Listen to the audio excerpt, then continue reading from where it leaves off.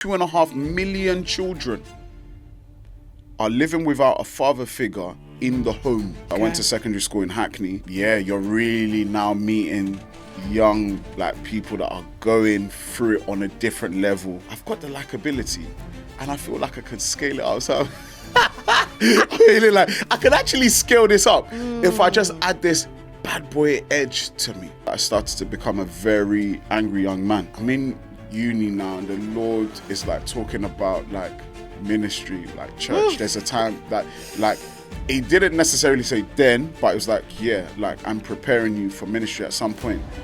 And I was no. My dad was a great example of a man. Even up to now, my dad is my male hero after Christ. I can't put into words that man's influence in my life. We want to help men to be godly men. We're pushing people into marriage. You're not helping them to become godly men first. We set up pipelines for titles, but we've not looked at the individual. We see churches in communities, but we don't see communities in churches. The world is crying for the sons of God to emerge. I've got something to do. I've got work to do. So when people see me posting a lot and just always, you think I'm doing too much? I haven't even started.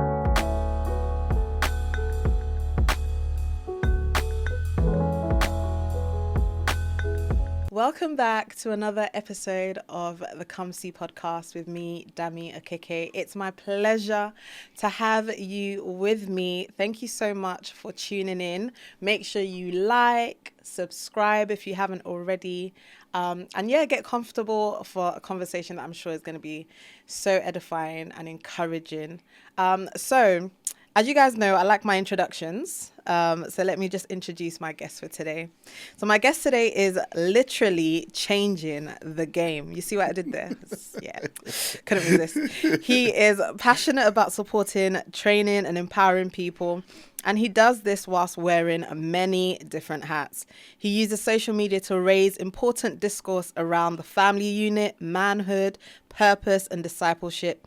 He's a senior pastor and co-founder of City Worship London alongside his beautiful wife, Pastor Toby, and he is a father with 2 daughters. Welcome to the Come See podcast, Apostle Emmanuel Akinfenwa, aka Gamechanger. Hey, thank you for having me. I don't have any sound effects. It is so lovely to have you back on the podcast. Obviously, last time you were on the podcast was for the men's talk, which I thoroughly enjoyed and blessed so many people. And I'm so grateful for yourself and the other 2 gentlemen who joined us for that real conversation. It was amazing. Check it out if you haven't already. But today I just thought it would be really refreshing just to hear your story, to hear about your journey. So let's start with, has this always been the plan? 20 years ago, did you say, this is what I want to be doing? I want to be a minister. I want to be, doing in terms of being an advocate for manhood. And was this always the plan? Not quite. Okay. I would say that doesn't surprise me. Not quite. One, for example, ministry 20 years ago, absolutely not. I grew up at PK, so both my parents are ministry. And to be honest, I did love church. It was very bittersweet. I loved church. I loved serving in church. I used to play the drums. I love the community. I just loved serving. The chairs, everything. But in terms of the deeper elements, watching your parents pastor people, giving to people, and this person does this and this person does that, and sometimes the late nights and the sacrifices, it's just I don't think this is the way for me. I don't mind serving people because my parents have set a great example. But that's as far as I want to. I want to just serve, no titles, no nothing. Just come to church, do what I need to do, and go away. In so many other areas, did I think I was gonna be a content creator? Absolutely not. That wasn't the thing, 20 years ago. So once again, did I feel like I was gonna, be doing a lot of advocacy for manhood? No, I don't think so. Not because I don't care about men. I just didn't see myself doing that sort of thing. Yeah. And some of the other things I do as well, like, you know, in the area, I call it my 5 pillars, or my 5 core value pillars. I call it F5. So I've got faith, I've got family, I've got fashion, I've got frameworks, which is about leadership, and I've got fellowship, which is about people. So all of my life is mainly encapsulated into those 5 pillars. And so I guess from young, those were kind of the pillars that held me. I just didn't know how later down the line it would be expressed. Some of the things are not surprising, I guess, when you think about it. But it makes sense. yeah. Yeah, it's like God is the master strategist. So he's like cooking something up, and it looks like it's not connected, but later on you're like, oh my days. It makes total sense. It's connected. I feel like I'm the sort of person that is less... I'm not too worried about the details. I know human nature, we would like to know details. I'm more of a doer. Oh, wow. So if I see a problem, I just want to do something about it. I want to just practically be hands-on. So I'm not too fussed. Like, so I think for me, it's just like, I've always trusted, okay, at some point, especially when I got saved, I just trust that my life is in God's hands. I'm just going to do whatever I need to do. So that's why some of the things, it's not like it was distant from what I was passionate about, but it's like, okay, how I got into it was probably the unique story, if anything, yeah. Oh, wow. Yeah, and we're going to hear about that. We're going to hear about that in a few minutes. But something that you said that was quite interesting is you talk about being a doer. Is that ever a bad thing? Like, is that ever problematic? Like, does God ever have to say, wait, Gamechanger, wait, or Emmanuel? Yeah, absolutely. Yeah, absolutely. Absolutely. Because I think sometimes, you know, I think there's a lot of ideas. So you have like the idea or the concept of waiting on the Lord. And I think as you grow in the Lord, you realize waiting is not necessarily standing still or not doing anything completely. It's about what you do whilst you are waiting, maybe for the next instruction, right? Yeah. But I think for someone who's so used to doing stuff, it's like, I'm going to do anyway, whether God says or not, I'm just going to be doing, because I know that, you know, I know faith without works is dead. I just know that I don't want to be idle per se, or I don't want to look idle. So I'm just going to keep on doing. And I think sometimes the problem with that is when you're doing, then you miss out on things that God is trying to say in a moment of time because you're busy. So I use the biblical example is Mary and Martha. It's like, you know, Martha, you're doing your thing. Like, you're doing the right thing at the wrong time. Your sister is sitting at my feet listening to the words that are going to carry everyone who listens. You know, everyone who's under the sound of my voice is going to listen to those words, and it's going to change them. And you're cleaning, you're cooking, you're doing all of those things. It's good, but it's not the right time. So I always remind myself of that story.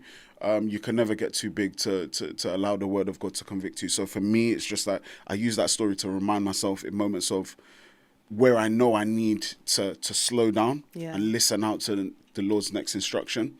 Yeah, so it can be a problem. It's not always a problem, but it can be a problem. Yeah. So, yeah. That's amazing. That's powerful, man. I love that illustration. And yeah, I'm going to use that as a reference point moving forward, because sometimes I think in the world that we live in today, there's so much motivational like content. Yeah. So you're just minding your business on the streets of Instagram and someone's like, you're not doing enough. You need to be doing more. Or someone's like, why are you sitting down? While you're sitting down doing this, people are making millions. And you're like, I just came for a little bit of a, a time out, you know, we don't get a break, you know? We actually don't. And I think we saw a big rise in that during the pandemic. It was like, we're going through a crazy time, and now people are saying, oh, wow, I've just built my website. I've just... The amount of people that are like, oh, I started this in 2020. And I'm like... in 2020, I was like freaking out. I was just trying to survive. Mentally, emotionally, we were all over the place. And it's like, don't get me wrong, it's good to do things. It's good to start things and build things. But I think there was this saying, like back in the day, Jesus is coming, look busy. And I feel like, especially if in this context for believers anyway, a lot of like believers fall into that category. We're pressured into doing things, and it's not necessarily what God wants us to do. But it's because everyone around is kind of pushing this narrative of look busy, purpose. Yeah. And purpose in its right place is correct. And being committed to the Lord's work is right in its own place. But when it's just like you're doing stuff and you don't even know why you're doing it. A lot of people are doing things, and if you ask them, why are you doing it? Because I just feel, no. But is your feeling based on a conviction? Is your feeling based on what you know God has actually said? Or you're looking around and it's just is like it pressure. Yeah, like I feel like I'm behind. I'm looking at my peers. Someone has started a ministry. Someone has started a property business. Someone has started this. It's just like, so what am I doing? Am I, And yes, there's a part in it where you have to look at yourself and go, okay, are you going to, there's something that the Lord wants you to do. Are you doing it? But I think instead people fall onto a deeper pressure of, I've just got to do something. It doesn't matter what I do. I've just got to do because I know God will be pleased. And it's like, no, not necessarily. Because when you look in the Gospels, we're going to be asked to give an account of our lives, and our lives has been written in God's chronicles and archives, and he's going to look and go, well, my plan for your life was X, Y, and Z, and you decided to do X, A, B, C. So yeah, there's no congruency there. Like, we need to figure that out. So yeah. And there's no inserts. God isn't going to be like, oh, but I like what you did here, so I'm just I'm gonna switch it up. No, it's like, that's what we're going to be held accountable for. So I love that. Yeah. I love that. Tell me a bit about your upbringing then. Obviously, you talked about being a PK. What was like childhood like for you? You know what? I'm grateful for my childhood. I'm grateful for the fact that, my mum and dad were a great example. Everyone's not perfect. They have their own quirks and whatnot, but mum and dad for me were the best examples of parents. My dad was a great example of a man. Even up to now, my dad is my male hero after Christ. So ministry was hectic. It was busy. So there were times where, I didn't see my dad as often. Probably saw him in the morning for drop-offs. Then the rest of the day he's in the office and he gets back late. But that's to be honest, that's most of our experiences. Yeah. If it's not ministry, it's work. Yes, work, exactly. If your dad is in the house, that is. Exactly. So it was that. But I think the difference in comparison to other people, this one was ministry. So yeah, it was like, okay, I grew up in eldest of 5. Oh wow! Wow. So I've got one brother, I've got 3 sisters. So that pressure there, Nigerian household, Yoruba parents, so very cultured people as well, very like disciplined, traditional. But they were traditional, but I feel like they did make concessions. I don't think it was overkill in comparison to some of my friends and what I saw them growing through. So I think there was a bit of balance. And I think that probably was because of the sort of church that was pastoring, because it was literally like the term Afro-Caribbean, it was literally that. It was a mix. People from all countries within Africa, all manner of countries within the Caribbean. So literally the blend was very strong in terms of just being able to connect with different communities, different cultures. And it was such a beautiful thing. So I think that element there, like, it kind of seeped into the home a little bit. So it wasn't too tough, but especially more so for my mum. My mum was a bit more strong on the, keeping certain Yoruba traditions and cultural stuff. So they both used to speak, Yoruba at home. So growing up, learning to understand. Do you still understand it now? I understand it very well. Can I speak it? That's the big question. Can I speak it? No, not really. I can speak small phrases and sentences here. But I say all of that to say, like, education-wise was cool. Grew up, just doing the basic things. After, like, playing football, so me and my brother, we played football. My sisters, like, they used to do dance and gospel choir and all of that kind of stuff. Yeah, so it was like summer holidays where they could afford. We went to Fort Park, we went, Chesington, we went London Zoo and certain things like that. So it wasn't like, I give it to them, they really tried their best. We didn't have everything, but they did try their best. And I mean, getting to secondary school, I think that's probably when things started to get a bit more technical. Okay. In a sense that, because I'm coming from like a sheltered environment, not that going to primary school, we're around, people that are really going through it. But secondary school was the real dividing line. So I went to secondary school in Hackney. And you're really now meeting young like people that are going through it on a different level. So gang members, people that were just involved in the street life, people that their homes, they've come from real dysfunctional homes, and it's escalated, like I said, in comparison to primary school. So I'm now in that, and I'm now exposed to a lot more of this on a day-to-day basis, as in my classmates, my close friends were involved in this life. And why I say it was the challenging bit, because now I had to start asking the big questions. Like, I love serving, I love church and stuff like that, but these guys are making money, these guys are doing this, these guys are getting loads of girls and all of that kind of stuff. And it's like, this is interesting to me, because this is appealing in some sort of way. What's not appealing is obviously the consequences, but I just like certain elements of that culture in a sense, which is very interesting, because to give a bit more context, from nursery, and my dad would always say this to me, even up till now, from nursery, there was something about me that if you put me in a space, people just naturally gravitate to me. Okay. So, and that's been the story of my life. Anywhere I go, people just gravitate to me. And I know that's a God-given gift, because it wasn't, I can't say, oh yeah, I worked on no. People just, I'm just a likable person. Yeah. So secondary school is just like, I've got the likability and I feel like I can scale it up. So I'm feeling like I can actually scale this up if I just add this bad boy edge to me. And for the first like 7 years, 8, I was wrestling with the idea. And whilst that was going on, like church life is going on, but I'm realizing more and more that people are really taking the liberties with my parents. And also I started to hold things in. I didn't feel like I could share certain things with my parents, because I could see certain pressures they were under, and I just felt like I don't want to speak to them about it because they're already under a lot of pressure. Yeah. So I realized that I started to become a very angry young man. And my way of dealing with anger was through fighting. Yeah. And the irony is that I lived a very clean-cut, hypocritical life. So my parents were clueless. They didn't. Wow, I can't even imagine you having an argument. Not a scratch on my body, nothing. I used to be a scrapper. Not a scratch on my body, nothing. But outside of school, fights, this, that, and the third. That was literally. That's literally what I engaged. If anyone, and the thing is, I didn't start fights. So if one of my boys has gotten into a fight, then I'm back in it. That was literally my life. So it's not I'm an instigator. Remember, I'm a likable person. Yeah. Inside my school, outside, I get on with everybody, anybody. North, east, south, west, I don't have any problem with anybody. Even though those times were very tense. Yeah. But that was just my life. So that anger piece was really there. And I remember, just to fast forward it a bit, for the middle of secondary school, year 9, my secondary school head teacher was a believer and went to like a sub-denomination of church called Deeper Life. Oh, yeah.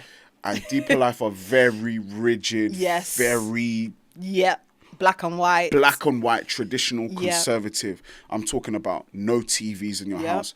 Women have to wear skirts. No women trousers, don't sit next to men in church. All of that kind of stuff. Women don't teach. Women have to wear headscarves or hats in church. I'm talking that's old school. Like the phrase was, that is of the world. So anything that is not like what they believe, it is of the world. So my head teacher was from that space. And he used to talk a lot about eternity. Jesus is coming soon. What's going to happen if Jesus comes now? Where will you go? And there was one day where he was like, you can't go to heaven on the basis of your parents' walk with Jesus. And that day, it was like my heart was just cut into many pieces, because I'd lived my life thinking I'm going to heaven because of how good my parents were. Now he said that, changed my life, and that day I gave my life to the Lord, and from that day it was a big journey. And I'm so grateful for him, because when I first got saved, like, I was very rigid in my faith. Like, I was very zealous for the Lord, but I was very like, no, this is it. Like, before you could just talk and mess around with girls or whatever, we approach women with a lot of respect. In fact, if you're dealing with lust, like I always tell my church guys this, like, back in those days, he used to say, if you want to deal with lust after school, there used to be a girls' secondary school close by, and he was like, if you look and you know you're gonna lust, he was like, walk the other way, walk in a different direction, close your eyes, did it. And I used to do all of those different stuff. Days. So and people laugh at it, but the funniest thing is, I then, from the point of getting saved, I then didn't struggle with those things. I didn't struggle with lust. I didn't struggle with porn. I didn't struggle with sleeping around or just falling into a trap. Like, I was very rigid. So even though obviously going to parents' church as well, but there were certain disciplines that he taught me about in terms of discipleship. And now, fast forward, like, I'm looking at this generation of life and doing church and all of that, and I'm like, you know what? There's certain things that kept me on the straight and narrow that I feel like we're just very flexible with now. 100%. And I'm not saying like going to legalism and all of these funny things, but I'm just like, I feel like we're so airy-fairy. There's a way that people can stay on the straight and narrow. Yeah. Like, I always tell men, like, lust doesn't have to be your issue. Porn doesn't have to be your issue. Sleeping around doesn't have to be your issue. There are there are disciplines that can keep you with or in the Lord on the straight and narrow. Where did I learn that? I learned that in secondary school. So I say all of that. I mean, my story is so long, but that was a pivotal moment. And I'll probably give one more pivotal moment. At uni, I felt the Lord speaking to me strongly. By then, I'm serving, I'm doing, my thing. And I'm in uni now, and the Lord is like talking about like ministry, like church. There's a time like he didn't necessarily say then, but it was like, yeah, like, I'm preparing you for ministry at some point. And I was like, no. How did you? I was gonna say, what was your reaction? I said no. I said no way. I said, yes, I love Jesus. I said, no way. Just like what I used to think when I was younger. I don't mind serving. I will serve people. I will come to church early, do all my duties. I love doing all of that. But I don't want to get into church. I don't have the capacity for that. I remember, and that started a 3-year journey of running from God. Ran from God Jonah. for 3 years. Yeah, absolutely. And how that ended was, one day towards the end of my uni journey, I was sitting in my room in the darkness. It was the middle of the day. Lights off. Curtains closed, and my dad had called me, and he had been calling me maybe for like a month. And the big thing about this story was, I used to speak to my dad every other day, but a month I'd been dodging him. Why? Because I felt like, one, I was so used to, I felt like I was in a moment of time where I was trying to find myself. I've been so used to being covered, and now I'm in uni. It's a different world. It's a different way of life. It's open. There's a lot of freedom. I felt like I needed to figure out life for myself. But I did that, I didn't do that in the best way. And I always say that in hindsight, like, it wasn't the best way. I should have at least said, even, your dad, just give me a bit of space. But I never. So one day he called me, sitting in the darkness. He goes, son, don't worry about it. You've not been picking my call. Don't worry about all of that. I just want to say that, the hand of God is on your life, and God has called you. He's called, like, you are called. You are called to be a leader, in the next generation. And he used this word specifically, reformer. And from when I was young, my dad always used to use that word about me, because I never used to like following the status quo. If I see injustice, if I even a whiff Smell of it. injustice. If someone's trying to bully someone from young, if I see someone trying to bully someone trying to violate someone trying to intimidate someone, I just hate that stuff. So I always felt like a duty to do something about that. And that I feel like that came from my mum. I really felt like that came from my mum. That sense of justice. Yeah, that sense of justice, strong. The sense of the grace for leadership, that definitely came from Pops. So now he's like, yeah, God has called you to this, da-da-da-da. He's like, also, a couple days ago, my dad's spiritual father, Dr. Hugh Osgood, was like, he called my dad a few days before and was like, I don't know where Emmanuel is, what he's going through or whatever, but I just sense a strong, calling of God, for him to lead, I'm talking church leadership, X, Y, and Z. Wow. So he was like, yeah, Dr. Hugh called me the other day and also said that, God is really calling you into church.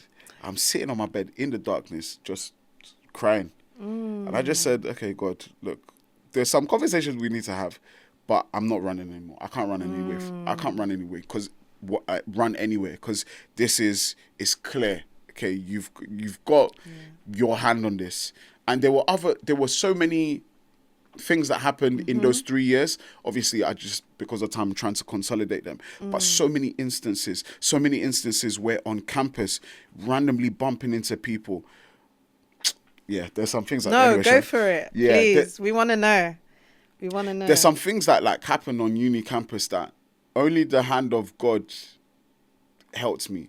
There's certain things that were happening on campus, certain people doing certain things, and I used to evangelize when they were doing certain things on campus. Yeah. Just think of certain things that you shouldn't be doing as a student. Illegal activities, let's just put it like that. So I used to go to their rooms and I used to evangelize to them.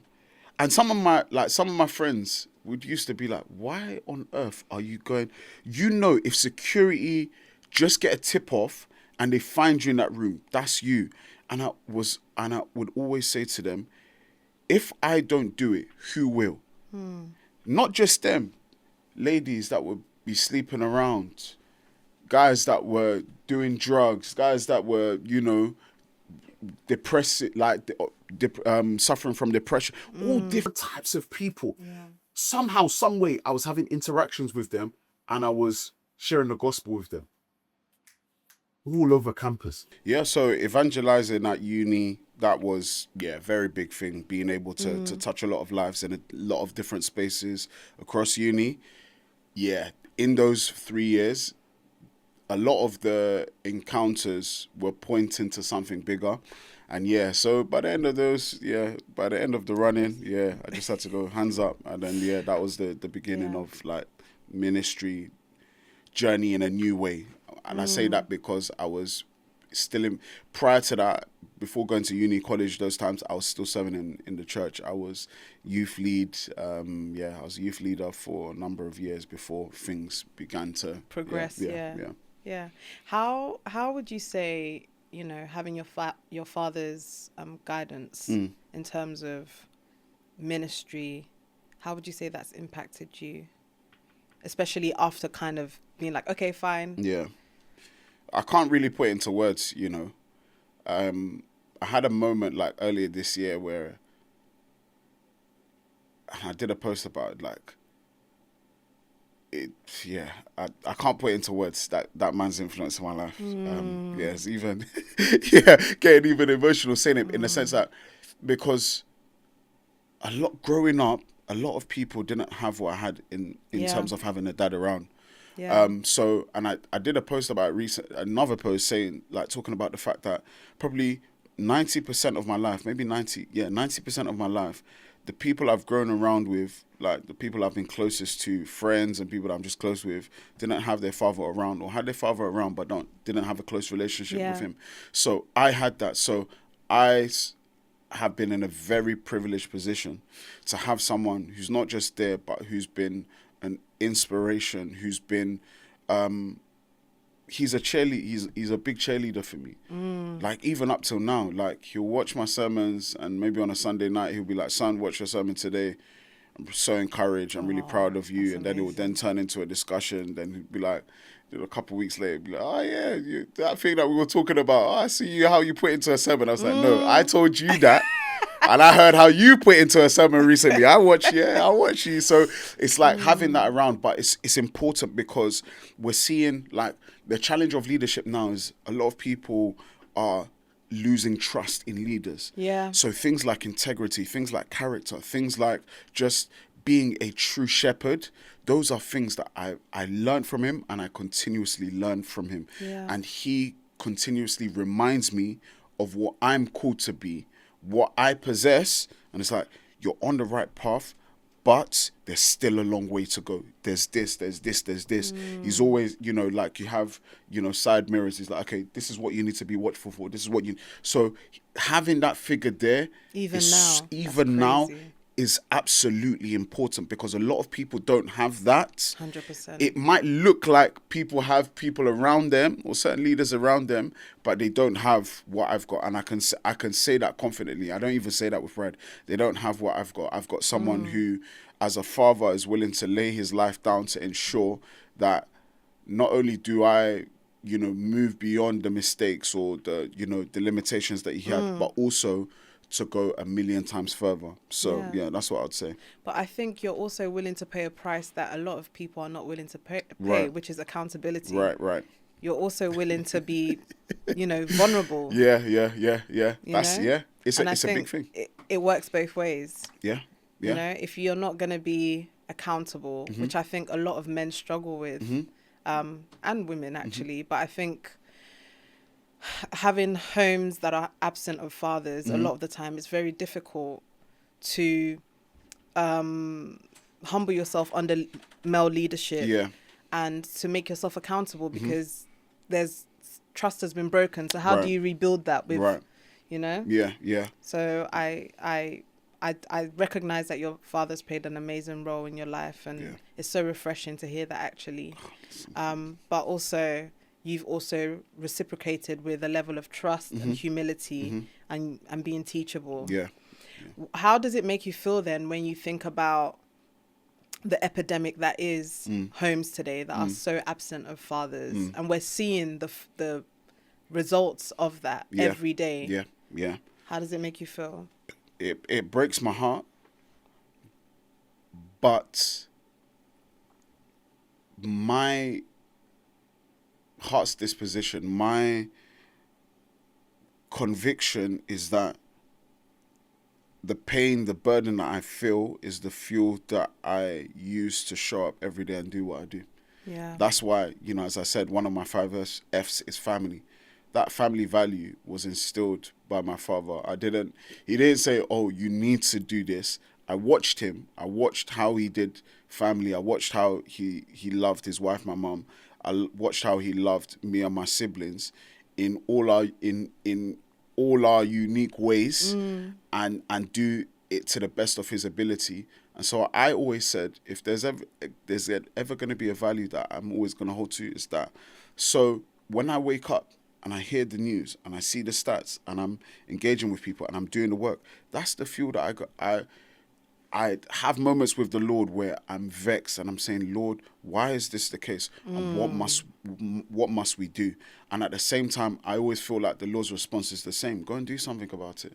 So that's why I show up every day. That's even part of why I took content creation more serious in 2024.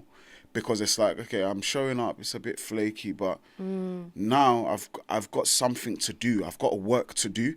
So when people see me like posting a lot and just always, you think I'm doing too much? I haven't even started. That's just honest truth. I haven't started. There was the Lost Boys report that came out last year by Center of Social Justice, and it spoke about how 2.5 million kids are unfathered in this country. 2.5 million kids. It's not 250. Crazy. It's not 2,500. It's not, 25,000. It's not 250,000. 2.5 million children are living without a father figure in the home. No, there's something to be done about this. Yeah. We go to church and we say, oh, I have a spiritual father, or, oh, my daddy, or this, that, and the third. And I'm like, there's kids in our communities that don't have father figures. I'll just be honest, Even seeing like believers like just craving, I think this is part of the problem as well. I think because certain believers didn't have a father figure, they're craving for a father figure in the church. Yeah. But the problem is that it's a knock-on effect, because whilst you're chasing after one person, one man, one minister, one leader, or whatever, there's a generation of young people that are looking for father figures. And instead of us to sacrificially show up, you may not be their biological father, but sacrificially show up and show fatherly attributes that will help be a source of healing. We're busy trying to chase a position in church, which is why I use my platform to go, look, this is not the big deal. We're becoming so small-minded that we're looking for the small spaces in church. The world is looking for us. There are spaces that we're needed in. And when you don't show up, my thing is, when you don't show up, the other fatherly voices will come in. So that's why gang leaders will come in. That's why all these, voices that will come in, they're opportunists. They can see you're skilled at something and they might show up maybe as a football agent or a coach in a particular thing. they're coming as up because they've seen what you've got and they know how to manipulate it. Then they'll come to your mum and say, oh yeah, we've seen an opportunity. But they know they're just going to use you to get where. Those are the father figures that we're seeing in society. Yeah. And now, as the church, we're just busy looking. So these are the things that I wrestle with, on a daily basis with the Lord. But like I said, he always, the response is the same. Go and do something about it. Yeah. Yeah. What is some of your kind of intentional work? Obviously, you do a lot of content creation on social media. Speaking about this, what are some of the other work that you do? So, you know what? For probably over 15 years, I've been doing mentoring. I've been doing coaching. And it's not even... The mentoring and the coaching 15 years ago wasn't necessarily specific to men and, young boys. It was just for young men and young women as well, even up to now. But I think the last couple years, because of the demand, I've had to be a lot more tailored towards men. Yeah. Even though I do a lot of leadership stuff and women are involved in that area, but I do a lot more mentoring and coaching for that. Creating, I'm part of, I'm a collaborator with, for my bros organization 412 Men. So I'm a collaborator in that. So we support all the initiatives when they do the monthly sessions, the events. So I'm 412 Men it's not my baby. I've seen the clips, but it's part of, it's one of the things I am most committed to, and I give my life towards that.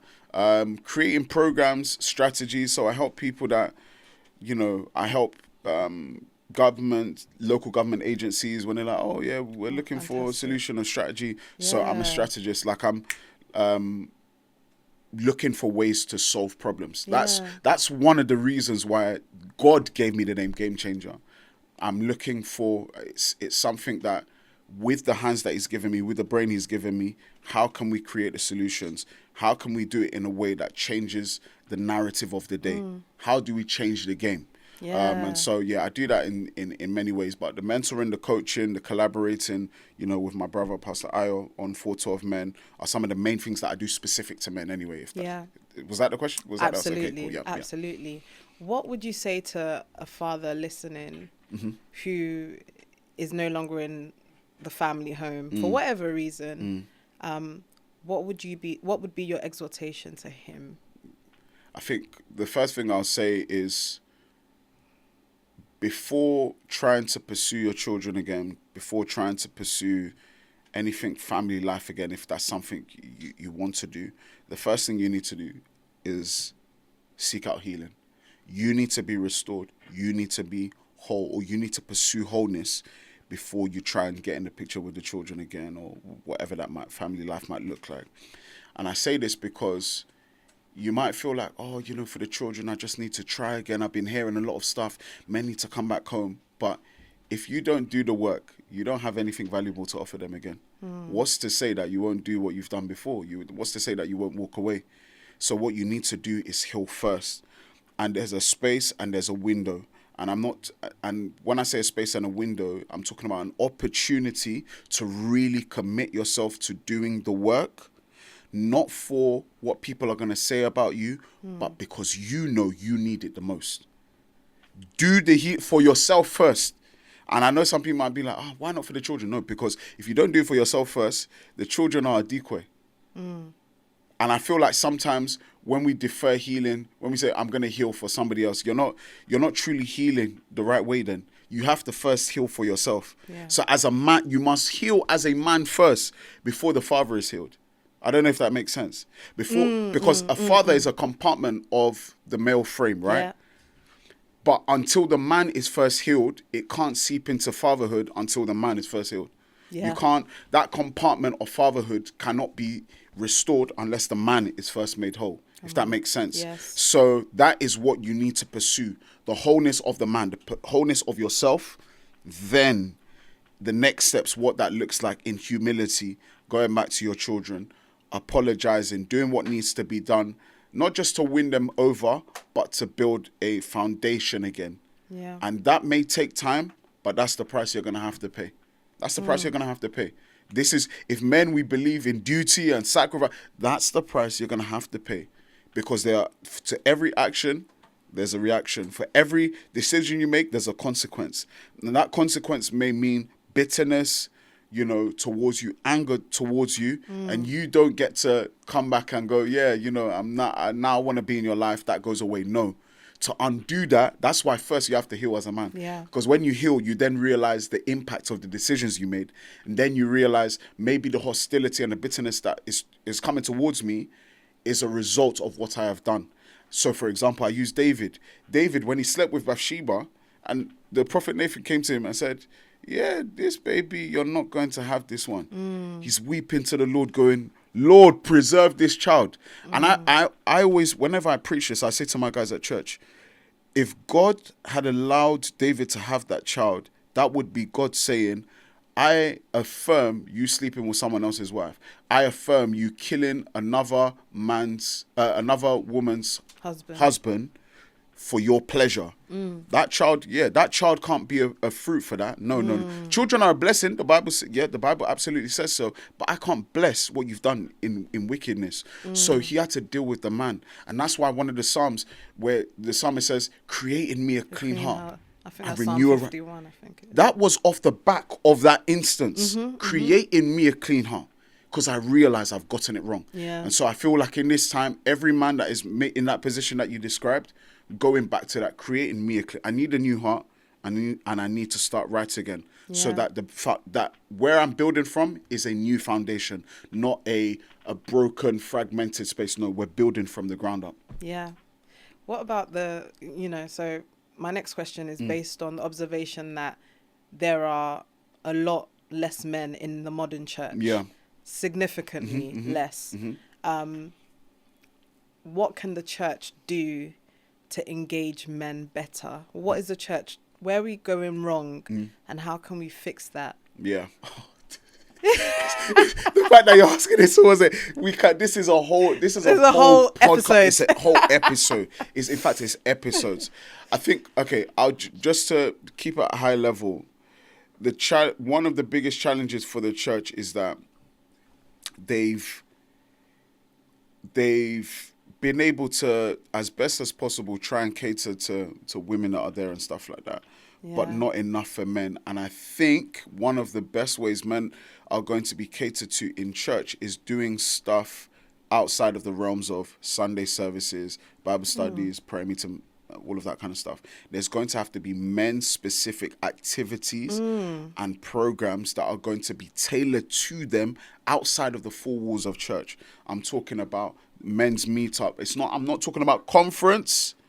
Conference is necessary. I mean, women have been beating men in that conferences for a very. But I think beyond the conference, we're going to have to start doing activities that get men together. Fellowship. We're gonna that fellowship. We're gonna have to do men's finance meetings, and we're gonna have to go for men's just a morning jog, or we're gonna have to do a morning gym session or whatever. Football, which some churches do. What that does. It brings the men together. And it gets them to, so for example, the football, you're bringing different characters, different, abilities all together. You're bringing different names together. Okay, you're on my team. I have to learn your name. I have to learn your skills. I have to learn your temperaments. And that way we can get the best out of the situation. That has to be done outside of the four-wall context. Because great, we can do Bible study. Great, you can do sermons talking about biblical masculinity. But how we're going to really get men is when we go, you are needed, you are necessary, and we are creating a space specifically for you. What does that look like?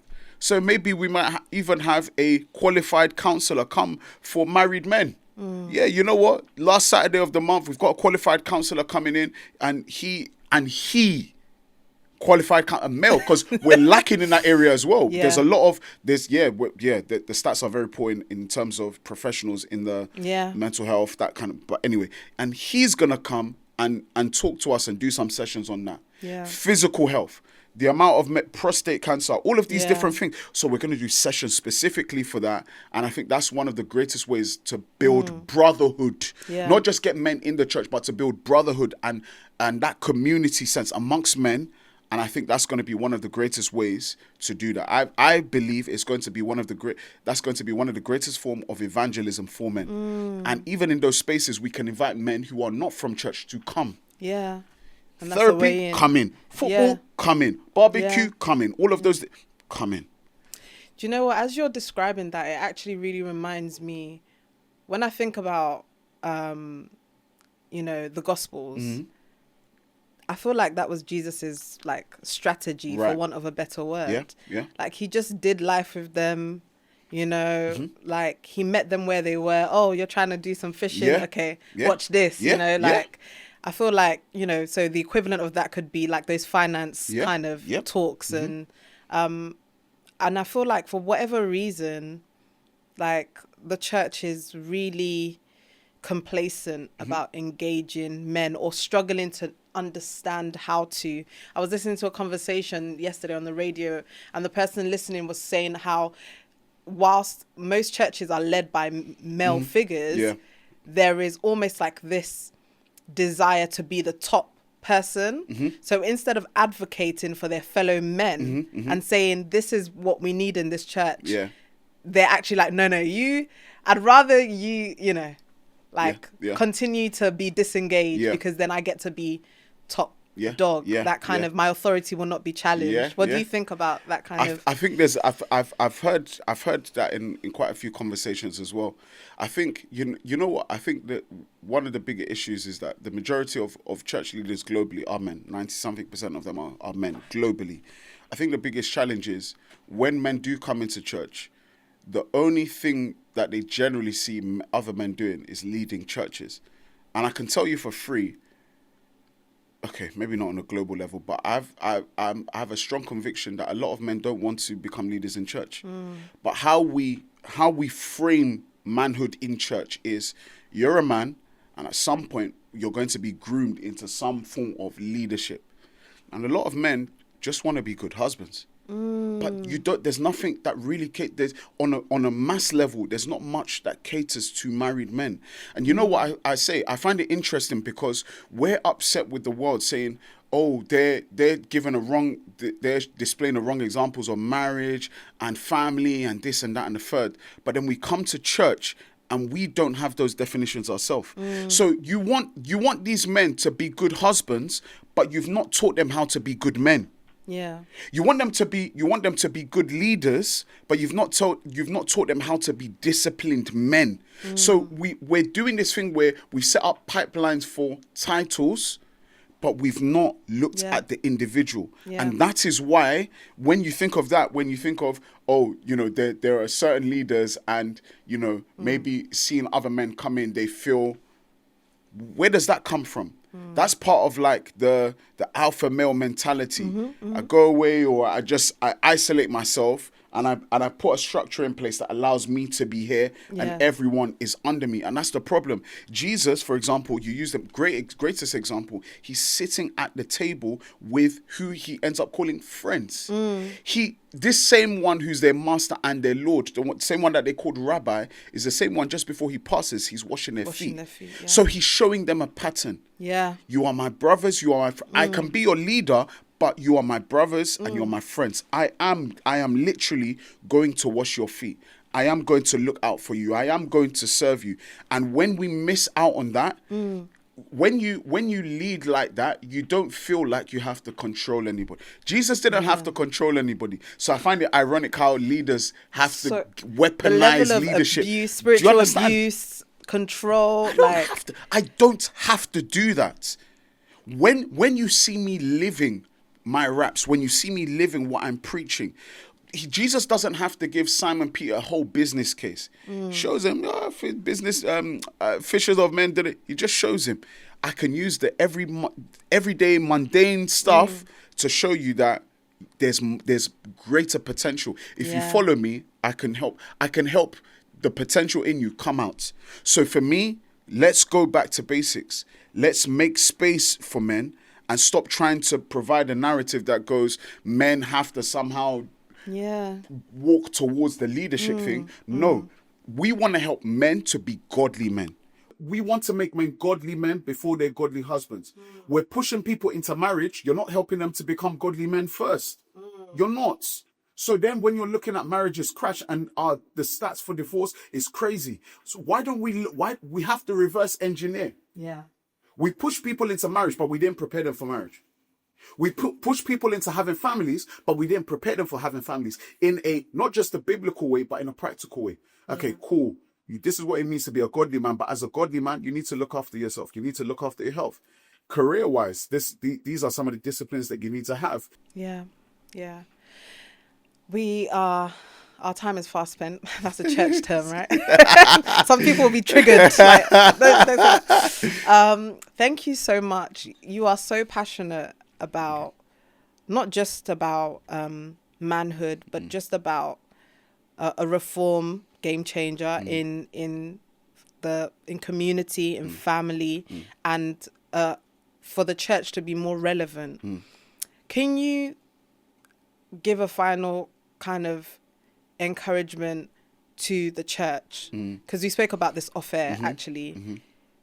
What does the church need to do better to make itself relevant? And just to caveat this, I know that for a long time, we've told ourselves in the church that we just need to do what Jesus said. And we're not trying to be, dance to the world's tune. But Jesus, most of the time, the people that he met, the disciples, I don't remember him calling any disciple in a synagogue. They were literally all outside of the temple when he engaged with them. Yeah. So we're still following Jesus's pattern. So what would be your encouragement to the church? How can we make the church more engaging? I'm not talking about spotlights and performances, but more engaging, more relevant, and more impactful. Yeah. Tell me about that vision that you have.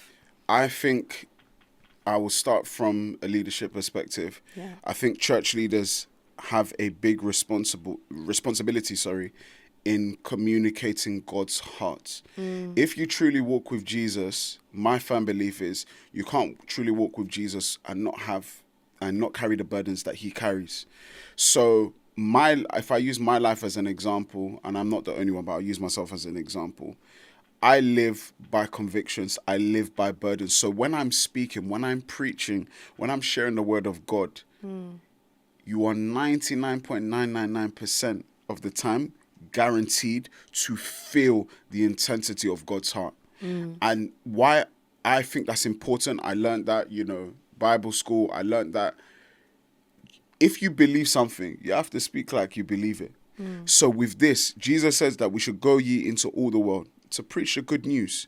We have a responsibility to convey God's heart to the lost, to the world, to the people beyond the four walls. And you have to live by this conviction of, okay, cool, I have a deep passion for, young boys and girls that have been sexually trafficked. Every time you hear the word of God, let it penetrate your heart, so that before you go to sleep, the last thing you pray and the first thing that you pray about in the morning is about, Lord, what can I do about that area? And that has to start from leadership, because if people don't see that you live not just your raps, but that you live by conviction, you can preach 1,000,000 sermons, it will not translate. So now it's like, as a leader, I'm now empowering those that follow to go, okay, here's the word of God. What does this look like on a daily basis? Whether that's marriage, whether that's sports, whether that's politics, whatever it might be, carry that burden. We have to get back to a place where the church was moved by God's heart, by God's burdens, and not by our own personal, building projects and this and that and the third. Even building projects back in the day, it used to be for genuine things. Now it's just so that people can say they have a building. No, let's get back to the times when building projects were about getting the community into the building, but also getting the church into the community. Yeah. And there's a statement that my uncle used to say. He's like, we see churches in communities, but we don't see communities in churches. Yeah. Come on. Yeah. So we've got the buildings there, but we don't have the community and Jesus asks us to go to them.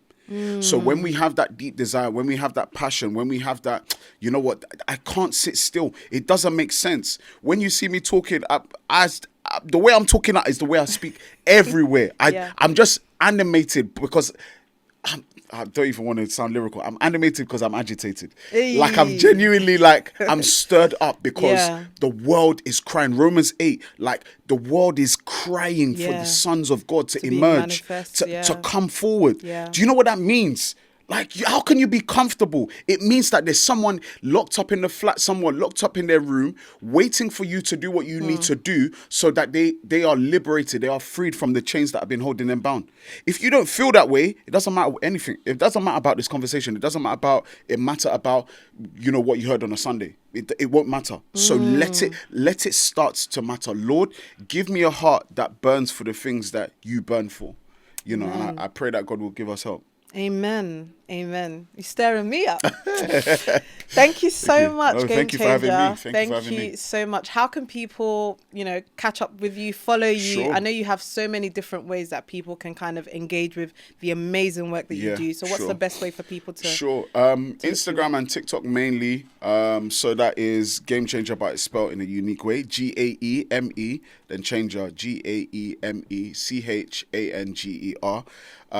You can get through to me there. My contact details are also in my bio and stuff like that. And that's the same on TikTok as well. So yeah, be looking forward to more. I'm coming back to YouTube very soon. So Woo! Yeah, by the grace of God, yeah. Amen. That's Fantastic. Thank awesome. you so much. Thank you very much. Thank you. And thank you for listening. Thank you for watching.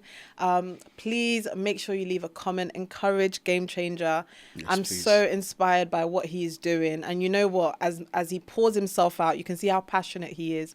It would be so beautiful for us to just be able to let him know that, brother, what you're doing is amazing. Just affirming, not that he needs affirmation, but just affirm what he's doing because it is so important in our community and in the wider church. Thank you for listening. And until next time, God bless.